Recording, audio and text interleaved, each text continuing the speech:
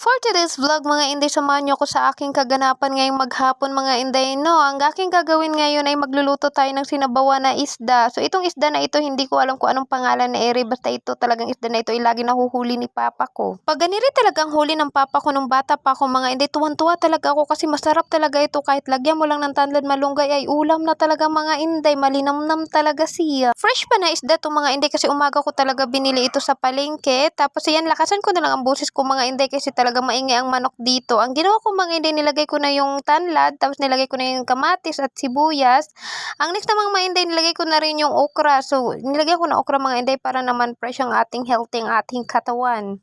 So, akin inano niya mga inday, nilagyan ko na rin siya ng paminta, no, para naman malasa-lasa. So, nilagay ko na mga inday, pagkakulo, nilagay ko na rin tong isda mga inday, pero hindi ko talaga alam kung anong pangalan nito. Nalimutan ko talaga mga inday. At buti na lang talaga mga inday, wala kasi ako mahanap sa palengke na malunggay, at buti na lang talaga ay may natira si ate ng malunggay mga inday. So, hindi kasi siya kasya dun sa kaldero mga inday, nilipat ko siya dito sa kawali mga inday. Nilagyan ko na siya dyan ng asin at bitsin para naman masarap, pero hindi masyadong maalat mga inday kasi ayaw kasi ni mama na maalat, kaya kinunti ko lang talaga ang asin kasi lagi na nagreklamo si mama na maalat ang aking luto. Sa pagkakulo na niya mga inday, nilagay ko na yung malunggay, tapos nilagay ko na rin tong pichay mga inday. Po first time ko talaga maglagay ng pichay, pero masarap talaga siya. Pagkatapos namin kumain mga inday, hindi na ako nagbibideo nung kumakain kami mga inday, no. So naglaban na ako mga inday. Hindi ko na pinakita sa inyo mga inday kung paano ako mag-start kanina paglaban. No, nalimutan ko pala, wala pala akong vlog. So ang ginawa ko mga inday, dali-dali ako maglagay ng aking cellphone at nagkusot na ako ng puti mga inday kasi tapos na talaga inikot yan sa washing. Nagpalit na ako ng damit yan mga inday kasi nagtataka ko, para akong buntis dun sa damit ko, kaya nagpalit na ako mga inday. So kinusot ko muna ito kasi ayaw talaga matanggal yung mansa. Binabad ko muna siya mga inday bago ko talaga siya kukusutin. Maaga na talaga ako naglabaw, no. Himala kasi biyernes talaga naglaban na si inday ninyo. Naglaban na ako mga inday kasi alam ko talagang darating na na aking period ay hindi ko na naman ito mailalaban na naman agad. Magtatambakan na naman ako nito. Pagkatapos ko kusutin ang mga puti mga inday, nilagay ko na rin itong mga damit namin na decolor. So binalikan ko dito ang aking binabad ng mga puti mga inday, no, at kinukusot ko na, buti na lang ay natanggal tong mga mansa na ere.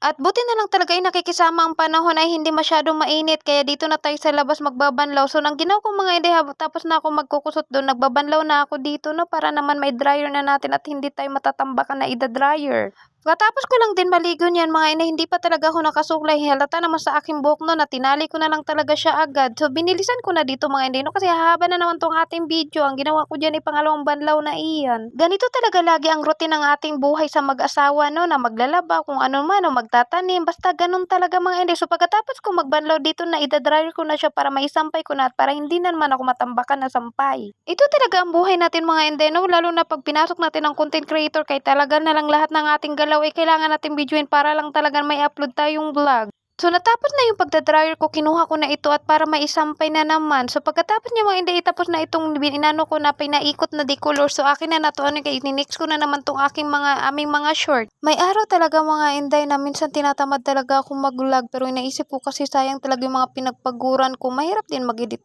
na mag-voice over mga inday, no. So syempre may pangarap din ako mga inday, kaya sabi ko go lang. Matagal man ang process dito sa pag-content creator mga inday, pero hindi talaga ako nawala ng mga pag-asa kasi alam ko talaga na mangyayari yun. Basta samahan lang ng dasal. So, ang hirap mag-voice over talaga mga inday kung nakikisabay ang manok. So, sila na lang pakinggan yung mga inday, oy.